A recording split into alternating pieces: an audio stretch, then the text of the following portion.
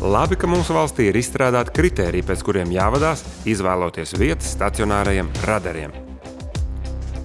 Ceļu satiksmes negadījumu skaits, satiksmes intensitāte, bojāgājušo skaits, ievainoto skaits, negadījumu bez cietušajiem skaits, infrastruktūras stāvoklis, vietas, kurās nevar veikt satiksmes uzraudzību izmantojot valsts policijas resursus un citi specifiski kritēriji.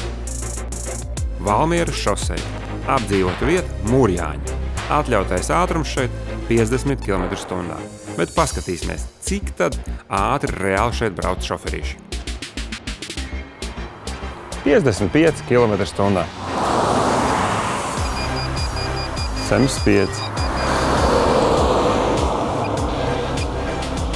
61 km/h.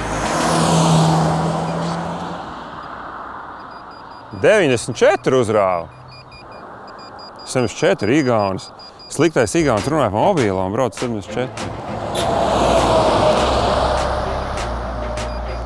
77. Kaut kāda rekordisti parādījās. Nu, lūk, vairums brauc nedaudz ātrāk atļauts, bet paskatīsimies rūpīgāk. Te ir daudz risku satiksmes drošībai. Mūrjāņi ir ļoti gara apdzīvota vieta ar mežu pa vidu. Te ir ļoti blīva transporta satiksme. Cilvēkiem jāsteigā no viena apdzīvotās vietas gala uz otru. Gājēji iet uz vietām nemaz nav. Tātad viņi iet pa nomalu. Brauktuve šaura, daudz kravas automašīnu. Vietā, kur tieši paredzēts izbūvēt radaru, daudz pieslēgumu ceļu no mājām un no sporta skolas, gājēji pārēji, abās pusēs autobusu pieturs.